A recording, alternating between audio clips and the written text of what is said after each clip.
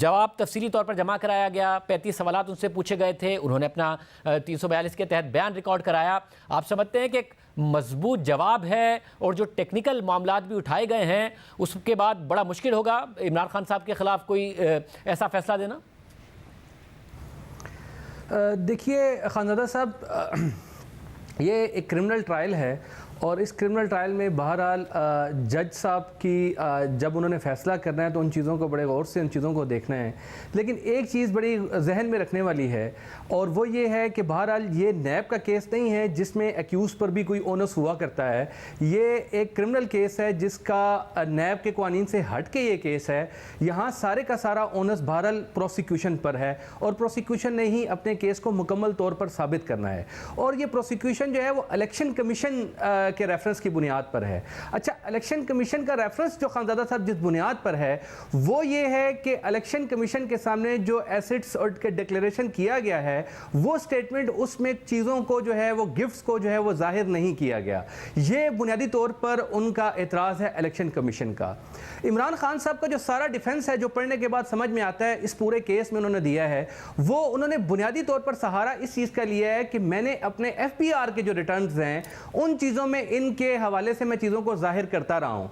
और election commission में मैंने गिफ्ट्स को जाहिर करना मेरा ज़रूरी नहीं था क्योंकि वहाँ गिफ्ट का उनका कहना यह है कि रेलिवेंट कॉलम नहीं था। मैं बुनियादी तौर पर यह समझता हूँ ये बात दुरुस्त नहीं है। इलेक्शन कमीशन की जो कार्रवाई है उसमें जो एसेट एंड लायबिलिटीज़ का फॉर्म है खानज़ादा साहब, वो एक अलग कानूनी हैसियत रखता है और जो FPR में आप इनकम टैक्स रिटर्न दायर करते हैं या वेल्थ स्टेटमेंट दायर करते हैं वो इंटायरली डिफरेंट चीज़ है। अच्छा, जो इलेक्शन कमीशन में और इन दोनों के मकासद भी अलग अलग हैं। जो FBR में आप अपनी वेल्थ स्टेटमेंट और इनकम टैक्स स्टेटमेंट दाखिल करते हैं उसका मकसद आपका टैक्स अदा करना होता है और उस वक्त जो एसेट आपके पास मौजूद होता है आपने उसको जाहिर करना होता है। लेकिन इलेक्शन कमीशन के पास जो आप पूरे साल की अपनी एसेट एंड लायबिलिटीज़ की जो स्टेटमेंट दाखिल करते हैं उसका मकसद इससे कई गुना ज़्यादा बड़ा है और वो सिर्फ हर शहरी पर लाजिम नहीं है, वो सिर्फ पार्लियामेंटेरियंस पर लाजिम है। अब पार्लियामेंटेरियन जो है वो क्यों ये इसलिए लाजिम किया गया है, वो इसलिए लाजिम किया गया है कि अब एक खाना है उसमें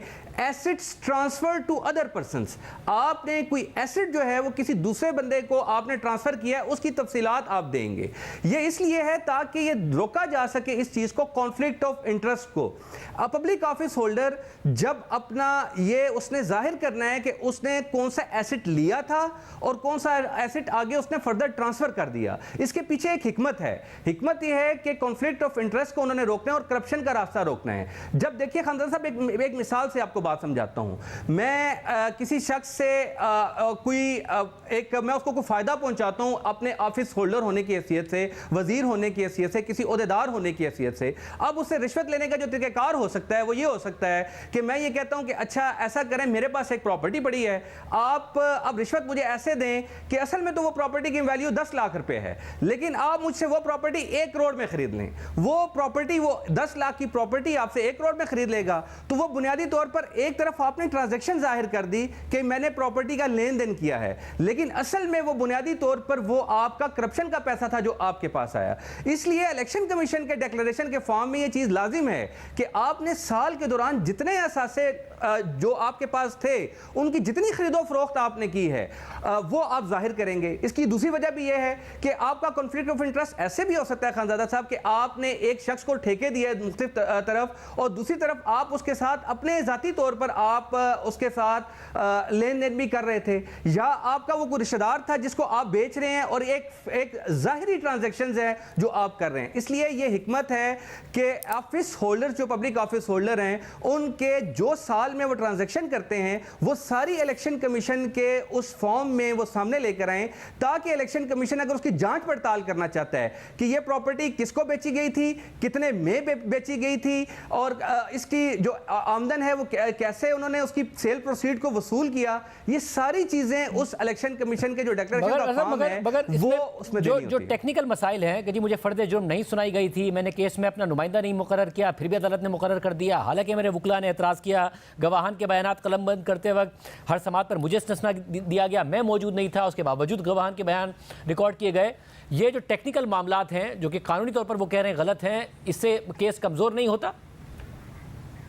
नहीं खाजा साहब, इसमें एक बुनियादी रीज़न, एक तो वजह यह है कि जो काम भी हुआ उनके वकला के सामने हुआ है और अदालत ने उनको मुतअद्दिद मौके देकर किया है। जब आप एक केस के ट्रायल में पूरे शामिल होते हैं, और मज़े की बात है इमरान खान साहब ने इस केस में हर छोटी सी छोटी चीज़ पर हाई कोर्ट में पिटिशन फाइल की है, लेकिन ये जो सवालात उन्होंने उठाए हैं इनमें से किसी सवाल पर उन्होंने दौरान ट्रायल जो है वो हाई कोर्ट में कोई पिटिशन फाइल नहीं की, ना आज तक किसी पिटिशन में उनका ये ऐसा मौक़िफ़ रहा है। उन्होंने इस जो अदालत में के सामने जो सवालात उठाए हैं ये अदालत की प्रोसीडिंग के मुतालिक हैं और अदालत की प्रोसीडिंग में उनकी वकला की मौजूदगी में हुई है। जो काम भी हुआ है अदालत की ऑर्डर शीट इस बात को रिफ्लेक्ट करती है कि वो सारे काम जो है वो उनकी, जब वकला उनका नुमाइंदे के तौर पर रहे हैं इमरान खान साहब ने, अब तो इमरान खान साहब ये भी कह सकते हैं कि जो है मेरी मौजूदगी में नहीं हुआ था, मैंने तो बाहर गाड़ी में था और मैंने उधर साइन किया था, जिसकी फाइल भी कभी मसला पैदा हो गया था। तो ये टेक्निकलिटीज़ हैं। बुनियादी तौर पर अदालत ने बुनियादी तौर पर जिन चीज़ों को देखना है